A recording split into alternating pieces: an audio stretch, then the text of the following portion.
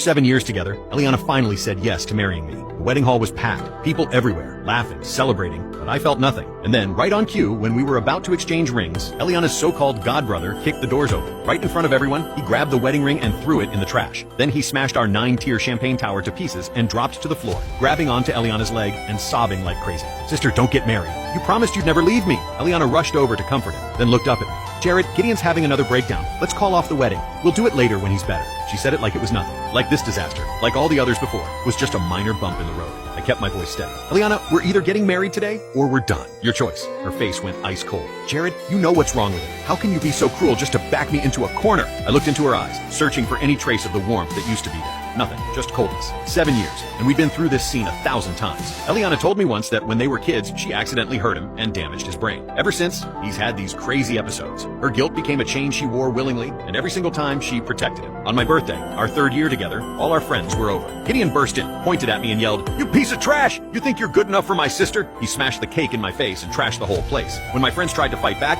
Eliana threw herself between them. "Jared, he's sick. Don't take it personally." On Valentine's Day, I took her to dinner. Gideon showed up again. He flipped the table, and boiling oil splashed all over my leg, gave me 2nd-degree burns. While Eliana wiped his hands clean, she looked at me and said softly, "Jared, you didn't mean it. He's having an episode." But the worst was at my mom's funeral. Gideon crashed it, banging on a gong and laughing like a maniac. "Good, the old hag's dead. Next is the bastard who stole my sister. You should die too." I clenched my fist so hard my nails dug into my skin. And once again, Eliana held me back. "Don't blame him. He can't control himself right now." Every time, all her sympathy went to him. And me, I was just collateral damage. Always second to her pity. Now, standing in our destroyed wedding hall, Eliana was holding Gideon again, patting his back. Then she looked at me with that same cold expression. "Jared," she said quietly, "if you really loved me, you wouldn't make me choose." I looked down at the broken glass, the spilled champagne, the wedding ring sitting in the trash. Suddenly, it all felt ridiculous. "I gave you 7 years, Eliana," I said calmly. 7 years waiting for you to choose. Today's the deadline. "It's me, or him." Gideon buried his face in her dress, crying. "Sister, please don't leave me." For a split second, Eliana looked conflicted, but then her eyes turned cold again. "If that's how it is," she said, her voice steady, "then let's break up."